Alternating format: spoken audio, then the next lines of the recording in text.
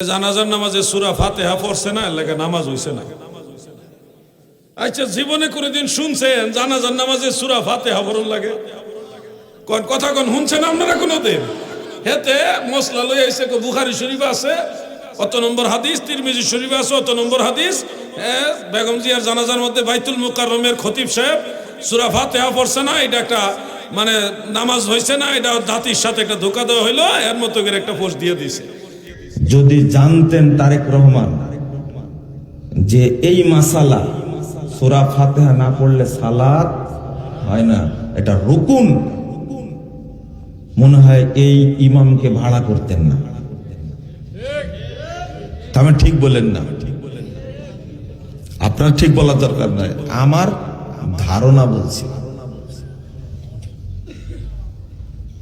সূরা ফাতিহা পড়তে হবে জানাজাতে, সূরা ফাতিহা জানাজায় পড়তে হবে। তিরমিজির 1000 প্রধানমন্ত্রী বেগম খালেদা জিয়ার জানাজা হয়েছে, সারা দেশের লক্ষ লক্ষ মানুষ এই জানাজায় শরীক হয়েছে, বহু আলেম ওলামা শরীক হয়েছে। আমরা দূর থেকে দোয়া করেছি। দেশ পরিচালনায় মানুষটার অবদান আছে, চেষ্টা করছে, ভুল ত্রুটি সবারই কম বেশি আছে, আল্লাহ তাকে মাফ করুক। এই জানাজার নামাজটা কত আনন্দের সাথে মানুষ করছে, দোয়া করে। মানুষ যারা ওনার অনুসারী ফলোয়ার্স, রাজনৈতিক ফলোয়ার্স, তারাও অত্যন্ত ধর্মীয় আবেগের সাথে জানাজাটা সম্পাদন করছে। হঠাৎ করে একটা মহল থেকে একটা পোস্ট দেওয়া হইলো যে জানাজার নামাজে সূরা ফাতিহা পড়ছে না, এর লাগি নামাজ হইছে না। আচ্ছা, জীবনে কোনদিন শুনছেন জানাজার নামাজে সূরা ফাতিহা পড়ন লাগে? কোন কথা কোন শুনছেন আপনারা কোনদিন? হেতে মশলা লই আইছে, বুখারী শরীফে আছে অত নম্বর হাদিস, তিরমিজি শরীফে আছে অত নম্বর হাদিস। বেগম জিয়ার জানাজার মধ্যে বাইতুল মুকাররমের খতিব সাহেব সূরা ফাতিহা পড়ছে না, এটা একটা মানে নামাজ হইছে না, এটা জাতির সাথে একটা ধোঁকা দেওয়া হইলো, এর মতো করে একটা পোস্ট দিয়ে দিছে। আচ্ছা, আপনাদের কাছে আমি একটা বিষয় বলা দরকার, কারণ না বললে আমাদের যুব সমাজ বিভ্রান্ত হয়ে যাবে। তারা মনে করবো হয়তো এটা বুখারী শরীফের কথা কইছে, তো মনে করবো এটাই ঠিক, আমরা মনে হয় 2 নম্বরই করতেছি। প্রিয় ভাই আমার, বন্ধুরা আমার, প্রথম কথা হলো বাইতুল মুকাররমের সম্মানিত খতিব সাহেব, কওমি অঙ্গনের ভালো একজন আলেম, তিনি মুহাক্কিক আলেম আব্দুল মালিক সাহেব, তিনি জানাজা পড়াইছে 4 তাকবীরে। এটা হানাফি মাযহাবের মাসআলা, এটা সহিহ হাদিস ভিত্তিক মাসআলা, এটা সঠিক হয়েছে। জানাজা 100% বিশুদ্ধ হয়েছে, সঠিক হয়েছে। এটা হলো প্রথম কথা। আর দ্বিতীয় কথা হলো জানাজার মধ্যে সূরা ফাতিহা পড়তেই হবে, নাইলে নামাজ হবে না। এই ধরনের আজগবি কথা কোনো জাল হাদিসেও নাই। একটা হলো কিতাবুল আন্দাজের মধ্যে আছে, বুখারী শরীফ এবং তিরমিজি শরীফের মধ্যে হযরত ইবনে আব্বাস রাদিয়াল্লাহু আনহুমা থেকে একটা riwayat আছে। সেই riwayatটার মধ্যে বলা হয়েছে জানাজার নামাজে সূরা ফাতিহা পড়া মিনাস সুন্নাহ, সুন্নাহর অন্তর্ভুক্ত। এটা না পড়লে জানাজা হবে না এই কথা নাই, বলা হয়েছে জানাজার মধ্যে সূরা ফাতিহা পড়াটা হলো কি সুন্নাহ। কিন্তু এই সূরা ফাতিহা না পড়লে জানাজা হবে না, এইটা কোনো জাল হাদিসেও নাই। এরপরে তিরমিজি শরীফে এই কথাটা আরো একটু সুন্দর করে লেখছে, মিনাস সুন্নাতি আও মিন তামামিস সুন্নাহ। এটা সরাসরি সুন্নাহ অথবা সুন্নাহ এর পরিপূর্ণতা, সুন্নাহর পরিপূর্ণতা, পরিপূর্ণ সুন্নত একটা হওয়ার জন্য এটা সহযোগী, এরকম। তাহলে এখানে একটা ইখতিলাফ, তার মানে এটা জানাজার জরুরি অংশ না, ফরজ না। জানাজার এমন অংশ না যেটা ছাড়া জানাজা হবেই না, এরকম বিষয় না। জানাজা কিভাবে পড়তে হবে এই ব্যাপারে বিশুদ্ধ পর্যায়ের প্রায় 12টা হাদিস আছে। কয়টা? ঘুমাই রয়েছেন নাকি আপনারা? 12টা হাদিস শরীফ আছে।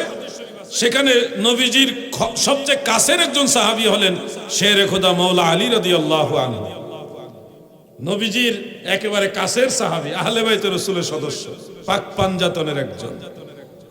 তিনি খোলাফায়ে রাশিদিনের সদস্য। তিনি এই riwayatটা বর্ণনা করেছেন, ইন্নাহু কানা ইয়াবদাউ বিহামদিল্লাহি তাআলা সুম্মা ইউসাল্লি আলান নবী সাল্লাল্লাহু আলাইহি ওয়াসাল্লাম সুম্মা ইয়াকুল আল্লাহুম্মা ইগফিরলি আহইয়াইনা ইলা আখিরিল হাদিস। অর্থাৎ হযরতে শেরে খোদা মাওলা আলী রাদিয়াল্লাহু আনহু riwayat বর্ণনা করেন, জানাজার নামাজের প্রথম তাকবীরের পরে আল্লাহর প্রশংসা হবে। কার প্রশংসা? 500 সাহাবীর ছাত্র, যিনি 500 সাহাবীর কাছ থেকে হাদিস সংগ্রহ করেছেন, হযরতে শাআবী রাহমাতুল্লাহ আলাইহি, তিনি বলেন, আমি সাহাবীদের কাছ থেকে জেনেছি জানাজার নামাজে তাকবীরাতুল উলা, প্রথম তাকবীরের পরে যেটা পড়তে হয় এটা হলো সানাউলিল্লাহি তাআলা, আল্লাহর জন্য সানা পাঠ করতে হয়।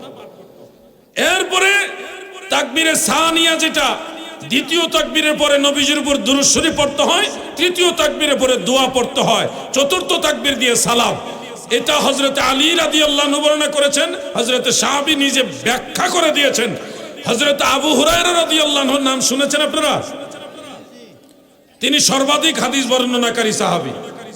এটা মুয়াত্তায়ে মালিকের মধ্যে আছে। মুয়াত্তায়ে মালিক হলো বুখারী শরীফ লেখার আগের কিতাব। ইমাম মালিক ইবনে আনাস ইমাম বুখারীর উস্তাদের লেখা কিতাব। ইমাম বুখারীর উস্তাদের উস্তাদ, দাদা উস্তাদ ইমাম মালিক ইবনে আনাস রাহমাতুল্লাহ আলাইহি তার মুয়াত্তার মধ্যে হাদিস শরীফটা বিশুদ্ধ শুনে এনেছেন।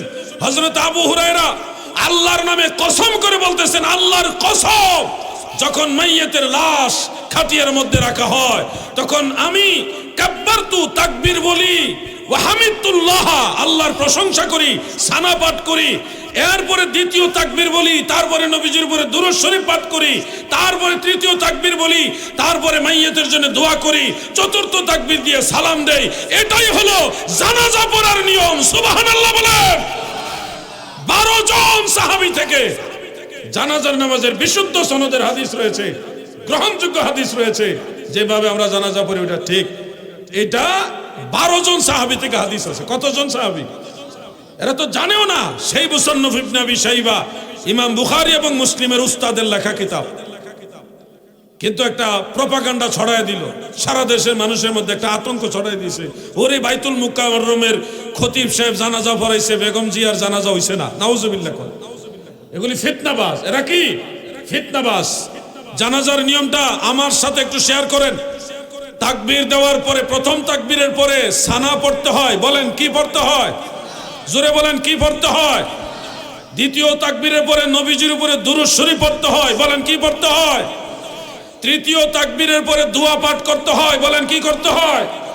চতুর্থ তাকবীরের পরে কোনো কিছু নাই, চতুর্থ তাকবীর দিবেন, ডানে বামে সালাম ফিরে ফেলবেন। এই হলো জানাজার নিয়ম। এই নিয়ম আমি নিজে বানায় বলিনি, রাসূলের সাহাবায়ে কেরাম বলেছে, তাবেঈরা বলেছে। আমি আপনাদেরকে এক কথাই বলে দিলাম, অনেকগুলো কিতাবে আছে। আলাউদ্দিন জিহাদির দলিল ছাড়া কথা বলে না। মনে রাখবে, বাংলার বুকে এমন কোন বাপের বেটা জন্ম হয়নি এই মাসআলা উল্টায় দেওয়ার জন্য মোকাবেলা করে সামনে আসবে, এমন কোন বাপের বেটা জন্মই হয়নি। ইমানের জোরে বললাম, জানাজার নামাজের নিয়ম পাল্টানোর কোনো সিস্টেম নাই। বলেন যে তো ওই হাদিসে যা আছে সূরা ফাতিহা পড়া সুন্নাহ, এটার মাসালা দিয়েছেন হানাফি বড় বড় মুস্তাহিদরা। ওনারা বলছে প্রথম তাকবীরের পরে সূরা ফাতিহা পড়তে হবে, এই ব্যাপারে কোনো সহিহ হাদিস নাই। এই হাদিসটা হানাফি মাযহাবও বাদ দেয় না। এই হাদিসের উপরে হানাফি মাযহাবের ইমামরা আমল করে। কেমনে আমল করে? ফতোয়া আলমগীরি এবং হেদায়ার মধ্যে উল্লেখ আছে। ফতোয়া আলমগীরি এবং হেদায়ার মধ্যে উল্লেখ আছে, কেউ যদি জানাজার নামাজে তৃতীয় তাকবীরের পরে যেখানে দোয়া পড়তে হয় ওই জায়গায় মাঝে মধ্যে সূরা ফাতিহা দোয়া হিসেবে পড়ে, তাহলে জায়েজ হবে। সব সময় না, মাঝে মধ্যে। এত করে কি হবে? অন্য সবগুলো হাদিসও আমাদের মানা হইল, এই হাদিস শরীফটাও মানা হইল, কোনো হাদিস আর বাদ পড়লো না। কথা বুঝতেছেন না আপনারা? কোনো হাদিস আর বাদ পড়লো না। আমরা তো নবীজির সব হাদিস মানি, মানার চেষ্টা করি, কিন্তু যারা একটা মানে আর 10টা অমান্য করে, এরা কি আসলে হকের উপরে আছে না ফিতনাবাজ? আশা করি বিষয়টা ক্লিয়ারলি বুঝতে পারছেন। আমি এই বিষয়টা নিয়ে কথা বলতাম না, কারণ এটা একটা সমাজের মাহফিল। এর সামনে মানুষ মারা যাইতেছে, আমরা তো এখন চিন্তা করি না মৃত্যুর কথা। লাশের সামনে দাঁড়ায় সেলফি তুলি, ভাবিও না যে লাশটা আমি একদিন হব। মৃত্যুর চিন্তাটা টোটালি আমাদের মাথা থেকে সরে গেছে। চির ঘুমে যাবে ঘুমাইবে নরে আসু, মন কারণ কির শোধাইবে, বিকটাকৃতিতে কি যে ভয় হবে, বিপদ পদবিনে ভাব সবে মিশে। ছন্দগুলি কি খারাপ লাগে আপনাদের? এগুলি লিখেছেন কুষ্টিয়ার মিরপুর থানার মাওলানা দাদ আলী সাহেব রহমাতুল্লাহ আলাই। উনি কলিকাতা আলিয়া মাদ্রাসার ফারেক, বড় একজন আলেম ছিলেন। উনি নবীজির শানে গজলগুলি লিখেছেন। আমার খুব ভালো লাগে এগুলো গাইতে, মনের ভিতরে শান্তি পাই, তৃপ্তি পাই, আনন্দ পাই। তব দর্শনে জালা জোড়াইব পদ রসনে তনু শীতলিব, দাস সম্ভাষণে মন পুলকিব পদ নীরজ ভেষদয়ে বিশে। বাংলা ছন্দ বুঝছেন তো সবাই? না বুঝতে একটু কষ্ট হয়েছে। ইজি না? মাশাআল্লাহ, একবার ইজি। তারপর একবার কইয়া দিই, সবার লেখা ইজি না। তব দর্শনে জ্বালা জোড়াইব, গো নবী আপনাকে দেখে আমার অন্তরে জ্বালা জোড়াবো। পদ পরশনে তনু শীতলিব, আপনার কদম মোবারকের ছোঁয়া আমার হাতে, আমার ঠোঁটে আপনার কদম মোবারকের ছোঁয়া লাগাইয়া আমার শরীর ঠান্ডা করব। দাস সম্ভাষণে মন পুলকিব, দাস সম্ভাষণ মানে নবী গো আপনি যখন আমাকে দাস গোলাম বলে সম্ভাষণ করবেন, সম্বোধন করবেন, হে আমার গোলাম আলাউদ্দিন, ও আমার গোলাম আলাউদ্দিন, এই সম্বোধন যখন আপনি আমাকে করবেন তখন আমার মন পুলকিবে, আমার মন আনন্দিত হয়ে লাফাবে। তব কাছে আসে এর মন্ত্র সদি, ওগো নবী আপনার কাছেই এই সব রোগের ঔষধ আছে। সুবহানাল্লাহ বলে। এই হলো আশেক রাসূলের কবিতার ভাষা। আপনারাও মনে মনে নিয়ত করেন অন্ততপক্ষে দয়াল নবীজিকে যেন একবার দেখে কবরে যাইতে পারে, এটুকু নিয়ত করেন ভাই, একটু কষ্ট করেন, সময় তো বেশি নাই, আপনারা একটু চেষ্টা করেন, পারবেন। আপনি জানেন আপনার ঘরেও নবীজি আসে, রোহানি ভাবে আপনার ঘরেও নবীজি আসে, কিন্তু আপনি তো তালাশ করেন না, আপনি বেখবর। আপনার ভাঙ্গা ঘরে নবীজি এসে দেখা দিবে, আপনার ঘরে আসবেন না। আপনি মদিনা শরীফ যাওয়ার তৌফিক হলে যাইয়েন, কিন্তু আপনি ঘরে বসা মৃত্যুর আগে জান্নাত দেখে যেতে পারবেন, নিশ্চিত নবীকে দেখে যেতে পারবেন, এই আমল আছে। কিন্তু একটু কষ্ট করতে হবে, এমনি এমনি পারবেন না। ওয়াজ শুনলেই সব হয়ে যায় না, ওয়াজ আমল করতে হবে। দৈনিক 1000 বার দরুদ শরীফ পড়তে হবে, তাহলে দুইটা জিনিস পাইবেন গ্যারান্টি। এক নম্বর হলো আল্লাহর নবীর দিদার পাইবেন 40 দিনের ভিতরে, আর দ্বিতীয় হলো মৃত্যুর আগে জান্নাতের কোন জায়গায় আপনি থাকবেন আল্লাহ আপনাকে স্বপ্নে যোগে দেখাবেন। এই দুইটা পুরস্কার নিশ্চিত পাবেন 1000 করে দরুদ শরীফ পড়লে দৈনিক।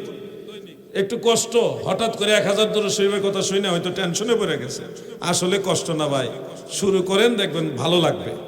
দরুদ শরীফ বড় যেটা ওটা নিয়েন না, ছোটটা পড়েন। সাল্লাল্লাহু আলাইহি ওয়াসাল্লাম, সাল্লাল্লাহু আলাইহি ওয়াসাল্লাম, সাল্লাল্লাহু আলাইহি ওয়াসাল্লাম, সাল্লাল্লাহু আলাইহি ওয়াসাল্লাম 5 বার ভরা হয়ে গেছে। কতক্ষণ লাগে ভাই? পড়েন না, চেষ্টা করেন। 1000 বার প্রথমেই পারবেন না, 100 বার শুরু করেন, 100 বার দিয়া, এরপরে দেখবেন মজা লাগবে। সকালে 100 বার পড়ছেন, পড়ার পরে দেখছেন এটা মজা পাইছেন, দুপুরের আগেই দেখা গেছে আর একটু অবসর পাইছেন, আবার 100 বার পড়ে নেবেন, দেখা গেছে আর একটু মজা লাগছে, বিকালে আবার একটু সময় পাইছেন, তসবিহ জানা নিয়ে পড়া শুরু করে দিবেন। এইভাবে দেখবেন দিনে 1000 পার পড়া সম্ভব। একসাথে না পারলে ভাঙ্গা ভাঙ্গা পড়েন। আমার নবীর সাথে সম্পর্ক করো, নবী যার হয়ে যায় আমার আল্লাহ তার হয়ে যায়, ঠিক কিনা বলেন?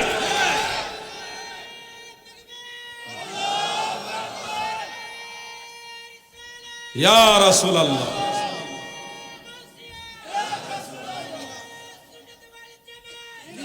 আমার দাদু ভাইয়েরা দিলের কান লাগায় কথাগুলো শুনেন। ওয়াজ শুধুমাত্র শোনার জন্য না, আমল করার জন্য নিয়ত করে শুনেন। আমি এ পর্যন্ত যতগুলো কথা বলেছি প্রত্যেকটা জিনিস আপনাদের দরকার, আমারও দরকার। আপনারা ভাইবেন না যে আমি আমল না করে আপনাদের বলতেছি। আলহামদুলিল্লাহ, আমি আগে নিজে আমল করি, তারপরে মানুষকে বলি। হ্যাঁ, এটা বলছি না যে আমি একেবারে নির্ভুল, আমার কোনো ভুল না, এটা বলি না, আমি দুর্বল।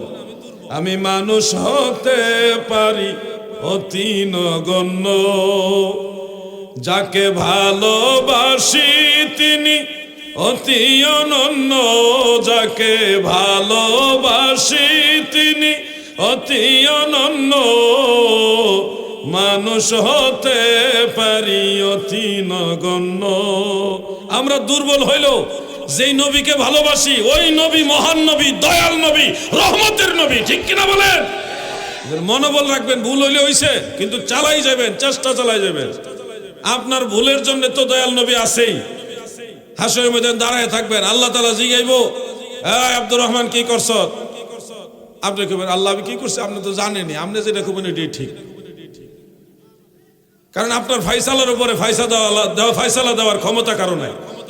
আপনার চেয়ে বড় ইনসাফওয়ালা আর কেউ নাই, আপনার চেয়ে ন্যায়পরায়ণ আর কেউ নাই, আপনার চেয়ে দয়ালু আর কেউ নাই, আপনার চেয়ে ক্ষমাশীল আর কেউ নাই। আমি আপনার কাছে আত্মসমর্পণ করলাম, আমি আপনার কাছে মাথা নত করে দিলাম। আল্লাহ তাআলা আপনাকে আর জাহান্নামে দিবে না। গুনাহগার হইলে আল্লাহ আপনাকে ক্ষমা করবে। জানেন আমাদের বিচার মানুষের সামনে করবে না, উম্মতে মুহাম্মাদের বিচার অন্য নবীর উম্মতের সামনে করবে না। আমাদের বিচারটা হবে স্পেশাল।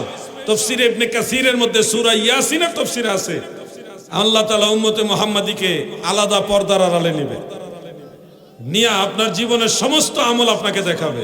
বান্দারে এতগুলি নেকি তুমি করছো, আবার এই গুনার কাজগুলিও তুমি করছো, এই কাজ করছো, দেখো সব কৃতকর্ম আপনাকে দেখাইয়া আমার আল্লাহ বলবে, বান্দা বান্দির গো,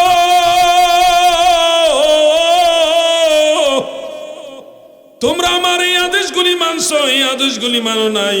ও বান্দা, তুমি যে এতগুলি গুনাহ করলা এগুলি স্বীকার করোনি, তুমি স্বীকার করোনি যে এগুলি অন্যায় করছো। নবীর উম্মতের মধ্যে দুই গ্রুপ হবে, একদল হলো গুনাহগার কিন্তু ইমানদার, আরেক দল হলো মুনাফিক। দুই গ্রুপের মধ্যে যারা গুনাহগার উম্মত তারা বলবে, আল্লাহ আমি তো গুনাহ করছি, ওই আপনি তো জানেন, ওই দেখাইতেছেন আপনার সাথে বড় সত্যবাদী আর কেউ নাই। আল্লাহ আমি তো করছি, ওই শরম দিয়েন না আল্লাহ, ও আল্লাহ আমি তো করছি, আল্লাহ আপনার কাছে নত হয়ে গেলাম। আল্লাহ যখন আপনি বলবেন নত হয়ে যাবেন, তখন আল্লাহ পর্দার আড়ালেই, কোনো মানুষকে না দেখায়া পর্দার আড়ালেই আপনাকে মাফ করে দেবে। এটা সহিহ মুসলিমের হাদিস, ইবনে কাসিরের মধ্যে আছে। কাউকে জানতে দিবে না, কোন মানুষকে জানাইবে না আপনি যে গুনাহ করছেন, ভুল করছেন, কাউকে দেখাবে না, পর্দার আড়ালে মাফ করে দিব। কারণ আপনি আল্লাহর হাবিবের উম্মত, রাহমাতুল লিল আলামিন নবীর উম্মত, নবীর কারণে মাফ পেয়ে যাবেন। সুবহানাল্লাহ বলেন। কিন্তু উম্মতের মাঝে কিছু লোক আছে না, যারা বেত্তুমিজ, মুখে একটা অন্তরে, এগুলি আবার ওই সময়ও তেরামি করব। এদের সব কৃতকর্ম আল্লাহ তাআলা দেখানোর পরে তাদেরকে যখন বলবে, তোমরা কি অন্যায় কাজগুলি স্বীকার করো, তোমরা যে করছো এগুলি স্বীকার করো, প্রত্যেকেই জবাব দিবে। মুনাফিকরা বলবে, আল্লাহ আপনার জাতের কসম করে বলতেছি আমি এই পাপ করি নাই। আল্লাহর সাথে অস্বীকার করবে। আল্লাহ তাআলা বলবে, তোমার দুই কাঁধের দুই ফেরেশতা সাক্ষী আছে। আসেনি কাঁধে ফেরেশতা? সত্যি করে এখন আছে? তাহলে হিসাব কিতাব কইরা কিন্তু সামনে চললেন, সব কিন্তু নোট করা হচ্ছে, কাউকে এমনি এমনি ছাড় দেওয়া হবে না। এই দুই ফেরেশতাকে আল্লাহ তাআলা উপস্থিত করায় বলবে, তোমরা সাক্ষী দাও। তারা সাক্ষী দিবে, আল্লাহ আমরা সাক্ষী দিলাম আপনার এই বান্দা এই গুনার কাজগুলি করছে। তখন ওই মুনাফিক বলবে কি জানেন? সে বলবে, আল্লাহ কেউ যদি জুলুম করে, আপনি কি সে জালিমের পক্ষে থাকেন না মজলুমের পক্ষে থাকেন? আল্লাহকে সে যুক্তি দেখাবে। আল্লাহ তাআলা বলবে, নিঃসন্দেহে আমি মজলুমের পক্ষে। সে বলবে, আল্লাহ এরা আমার উপরে মিথ্যা তোহমত দিতেছে, আমি মজলুম, এরা জালেম। ফেরেশতারা বলে, জালেম, এরা জালেম, আমি মজলুম, আপনি আমার পক্ষে থাকেন। আল্লাহ তাআলা তখন বলবে, আমি নিজে তোমাকে বললাম এগুলি করছো, আল্লাহ নিজে বলছে তুমি এগুলি করছো, তুমি মানলা না। তোমার কাদের দুই ফেরেশতা সাক্ষী দিল, তাও মানলা না। তুমি যেগুলি করছো কে বললে বিশ্বাস করবা? সে স্বীকার করে না তো, কে বললে বিশ্বাস করবা? সে বলবে, আল্লাহ আমি আমার নিজেরে ছাড়ার কাউরে বিশ্বাস করি না। নাউজুবিল্লাহ কর। আমাদের সমাজে এই ধরনের স্বভাবের কিছু লোক আছে, কয় আমি আমার বাপেরও বিশ্বাস করি না, এরকম আছে না নাই? এটা মুনাফিকি চরিত্র। খবরদার, পৃথিবীতে অবশ্যই কোনো না কোনো মানুষের মাঝে বিশ্বস্ততা আছে বিদায় দুনিয়া এখনো টিকে আছে, নাইলে জমি জমা লেনদেন টাকা পয়সা ব্যবসা বাণিজ্য কোনো কিছু টিকতো না। হ্যাঁ, জাল জালিয়াতি আছে, আবার সত্যবাদিতাও আছে। একবারেই যদি বিশ্বস্ততা না থাকতো তাহলে দুনিয়াতে চলাফেরা সম্ভব হইতো না। তখন আল্লাহ তাআলা ওই ব্যক্তির জবান বন্ধ করে দিবে, দিয়ে হাত পা চোখ তার অঙ্গের চোখ জবান খুলে দিবে। হাতে বলবে আল্লাহ আমি সাক্ষী দিলাম এই লোক এই গুনার কাজ করছে, পায়ে বলবে আল্লাহ আমি সাক্ষী দিলাম এই লোক এই গুনার কাজ করছে, চোখেও সাক্ষী দিবে, সব সাক্ষী দিবে। দেওয়ার পর আল্লাহ তার মুখ খুলে দিয়ে বলবে তুমি তো বলেছো তুমি তোমার নিজেকে বিশ্বাস করো, তোমার শরীর তুমি যা করেছো তার সাক্ষী দিয়েছে, এখন তোমার বক্তব্য কি? মুনাফিক তখন আফসোস করে বলবে হে আমার শরীর, আমি তোমাকেই জাহান্নামের আগুন থেকে বাঁচানোর জন্য আল্লাহর কাছে মিথ্যা বলেছিলাম, সেই তুমিই সত্য বলে দিলে। আফসোস করে আক্ষেপ করে কথাটা বলবে। আচ্ছা, আল্লাহর কাছে মিথ্যা কথা বলে পার হওয়ার কোনো সুযোগ আছে? সত্য করে বলেন, সুযোগ আছে? তাহলে মনে রাখবেন, গুনাহগার হইল মুমিন হন, মুনাফিক হইেন না। কারণ মুনাফিক নাজাত পাবে না।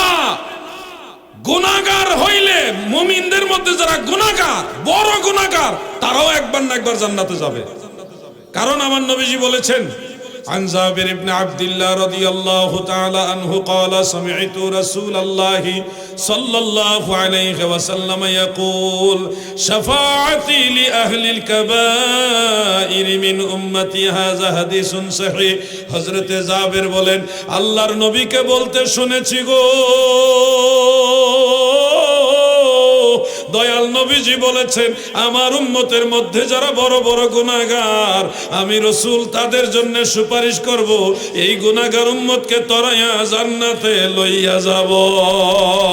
সুবহানাল্লাহ। এই জন্য বাংলার বিখ্যাত কবি কাজী নজরুল ইসলাম গান গেয়েছেন, গুনাহগার ভয় নাহি আর মাফি নিবার, আজকে মহাদিন এসেছেন সেই মুহাম্মদ মুস্তাফা ওই রাসূলে কারীম। জানা থাকলে বলেন, গুনাহগার ভয় নাহি আর মাফি নিবার, আজকে মহাদিন। পারেন না এটা গজলটা? ভাইয়ে একটা গ্রুপের দিকে তুললা কইটা পারি না, বুঝাইতেছে এটা তো পারি না। না পারলো, এটা কি না পারার জিনিস? পারবেন, নবীর মহব্বতের গজল না, অন্য গজল তো পারেন। আমার সাথে টানেন না, কাজী নজরুলের গান এটা।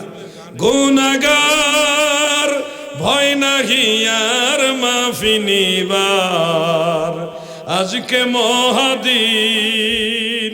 এটা কাজী নজরুল নবীজির মিলাদুন নবী উপলক্ষে গানটা লিখছিল, মিলাদুন নবীর গজল এটা। কাঁদিছে কাঁপিছে লাতমানা তুই কাবা ঘরে, কাঁদিছে শয়তান পালাবে কোন পথে, হাই রশ্মি ভরা আসমান ও জমিন। মানে নবীজি যেদিন দুনিয়াতে আসে সেদিন শয়তান কাঁদছে, আরে রহমতের নবী চলে আসছে, ফুফায়ে ফুফায়ে কাঁদছে। আর কাবা ঘরের ভিতরে যত মূর্তি ছিল, লাত মানাত উজ্জা হুবল, এগুলি কাঁপতে কাঁপতে জমিনের মধ্যে উপর হয়ে পড়ে গেছে। আমার নবী যখন দুনিয়াতে কদম মুবারক রেখেছে তখন কাবা ঘর আমার নবীজির দিকে ঝুঁকে পড়েছে। সুবহানাল্লাহ বলেন। নবীজির দাদা আব্দুল মুত্তালিব এই দৃশ্য দেখেছে, কাবা ঘর আমার নবীর দিকে, নবীজির ঘর যেদিকে দিকে নিয়ে এইভাবে ঝুঁকে আছে। কাবা ঘর নবীরে চিনল, তুমি চিনলা না। খুব কষ্ট পায় যুবক ভাইরা, তো জানেন ইদানিং কিছু লোক ফেসবুকটার মধ্যে এমন কিছু ফিতনা ছড়ায় রাখে যাদের কারণে আলোচনা শুনবো, এদের আলোচনাগুলি সামনে আসে তখন খুব কষ্ট লাগে, বিরক্ত লাগে। তারা বলতেছে কুল ইন্নামা আনা বাশারুম মিসলুকুম, এই আয়াতের ব্যাখ্যা হলো আবু জাহেল যেরকম মানুষ আমাদের নবীও ওরকম মানুষ। তার দৃষ্টিটা কোন দিকে গেছে চিন্তা করছেন? আবু জাহেলের দিকে তার দৃষ্টি গেছে। আমার নবীজির মতো মতো যদি খুঁজেন, আমার নবীর মতো কোন নবীও না, ঠিক কিনা বলেন? তার নজর গেছে আবু জাহেলের দিকে। চিন্তা করা যায় কোথায় আমার দয়াল নবী আর কোথায় আবু জাহেল? এই ধরনের ফিতনাবাজ থেকে আল্লাহ আমাদের হেফাজত করুক, বলেন আমিন। সবাই বলেন আমিন। ভাইজান পাগড়ি হুজুর আইসিনি? আচ্ছা, তাহলে হুজুর আইলে দিয়ে আপনারা লড়াচড়া করলে মনোযোগটা নষ্ট হয়। আপনারা সহযোগিতা চাই, সবাই যার যার জায়গায় বসে যান। নাকি আমি বিরক্ত করতেছি আপনাদের? আমি কিছু দরকারি কথা আপনাদের বলার চেষ্টা করছি। আসুন একটু জিকির করি, তাহলে শরীরটা একটু নড়াচড়া পড়ুক, মনোযোগটা বাড়ুক।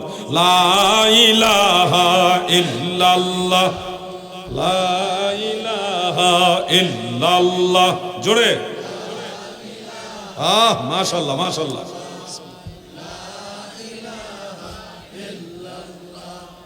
লা ইলাহা ইল্লাল্লাহ মুহাম্মদ রবিউল আউয়াল চন্দ্র মাস, নূরের নবীজি প্রকাশ,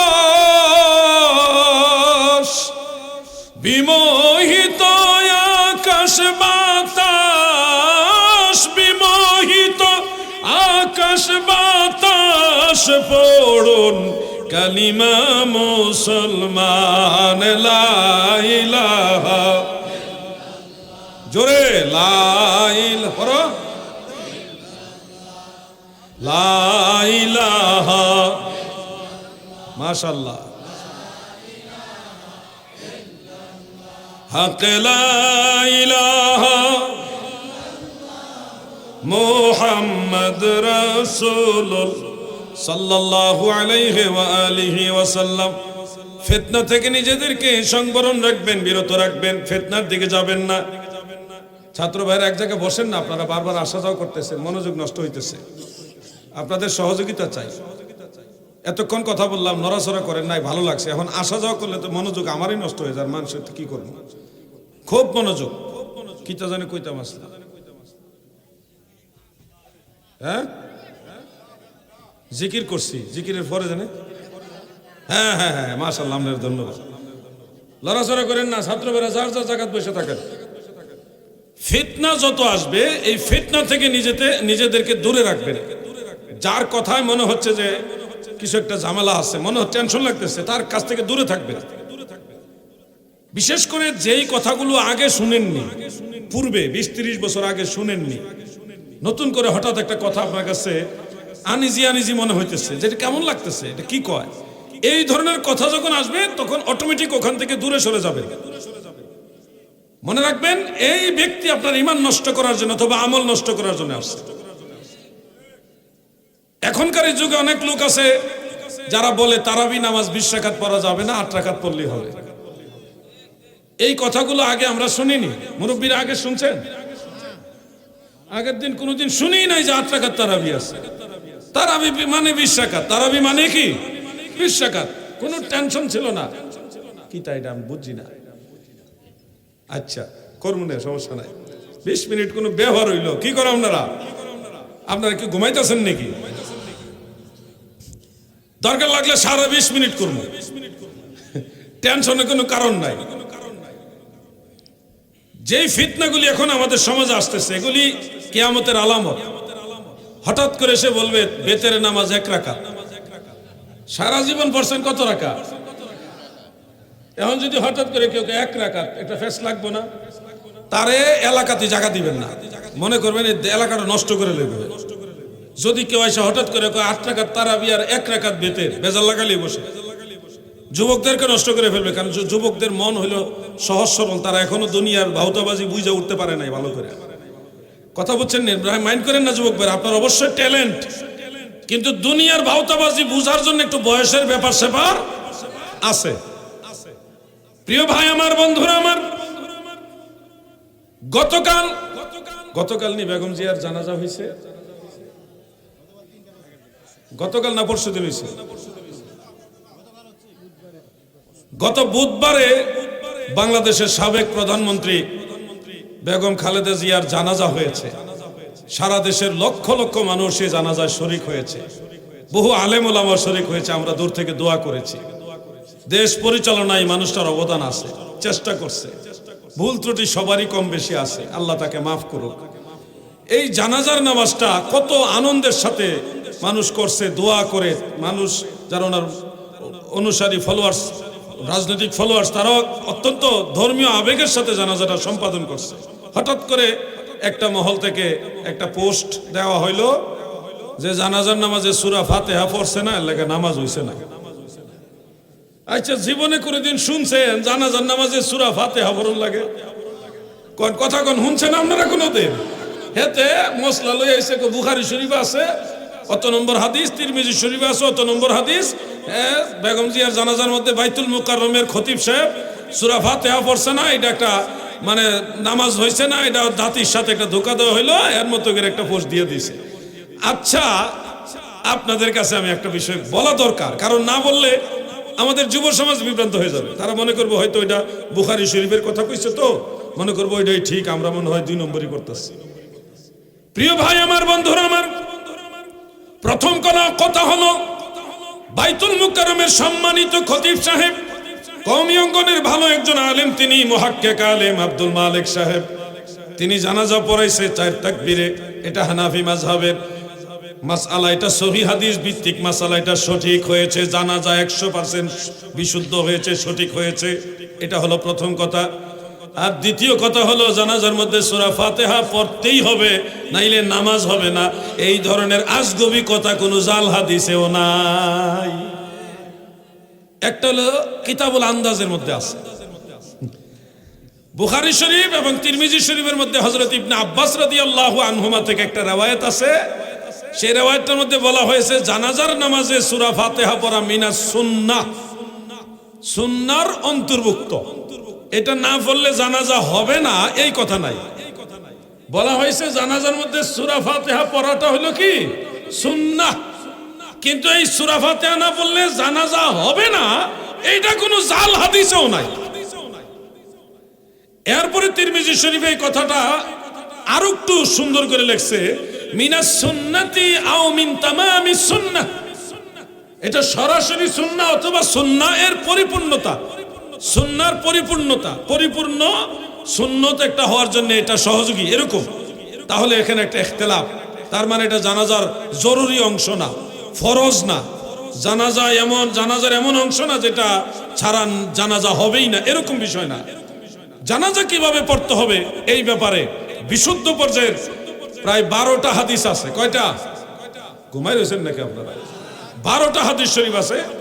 সেখানে নবীজির সবচেয়ে কাছের একজন সাহাবী হলেন শেরে খোদা মাওলা আলী রাদিয়াল্লাহু আনহু। নবীজির একেবারে কাছের সাহাবী, আহলে বাইত রাসূলের সদস্য, পাক পাঞ্জাতনের একজন। তিনি খোলাফায়ে রাশিদিনের সদস্য। তিনি এই riwayatটা বর্ণনা করেছেন, ইন্নাহু কানা ইয়াবদাউ বিহামদিল্লাহি তাআলা সুম্মা ইউসাল্লি আলান নবী সাল্লাল্লাহু আলাইহি ওয়াসাল্লাম সুম্মা ইয়াকুল আল্লাহুম্মা ইগফিরলি আহইয়াইনা ইলা আখিরিল হাদিস। অর্থাৎ হযরতে শেরে খোদা মাওলা আলী রাদিয়াল্লাহু আনহু riwayat বর্ণনা করেন, জানাজার নামাজের প্রথম তাকবীরের পরে আল্লাহর প্রশংসা হবে। কার প্রশংসা? 500 সাহাবীর ছাত্র, যিনি 500 সাহাবীর কাছ থেকে হাদিস সংগ্রহ করেছেন, হযরতে শাআবী রাহমাতুল্লাহ আলাইহি, তিনি বলেন, আমি সাহাবীদের কাছ থেকে জেনেছি জানাজার নামাজে তাকবীরাতুল উলা, প্রথম তাকবীরের পরে যেটা পড়তে হয় এটা হলো সানাউলিল্লাহি তাআলা, আল্লাহর জন্য সানা পাঠ করতে হয়। এরপরে তাকবীরে সানিয়া, যেটা দ্বিতীয় তাকবীরের পরে নবীজির উপর দুরূদ শরীফ পড়তে হয়, তৃতীয় তাকবীরের পরে দোয়া পড়তে হয়, চতুর্থ তাকবীর দিয়ে সালাম। এটা হযরতে আলী রাদিয়াল্লাহু আনহু বর্ণনা করেছেন, হযরতে শাআবী নিজে ব্যাখ্যা করে দিয়েছেন। হযরতে আবু হুরায়রা রাদিয়াল্লাহু আনহুর নাম শুনেছেন আপনারা? তিনি সর্বাধিক হাদিস বর্ণনাকারী সাহাবী। এটা মুয়াত্তা মালিকের মধ্যে আছে। মুয়াত্তা মালিক হলো বুখারী শরীফ লেখার আগের কিতাব।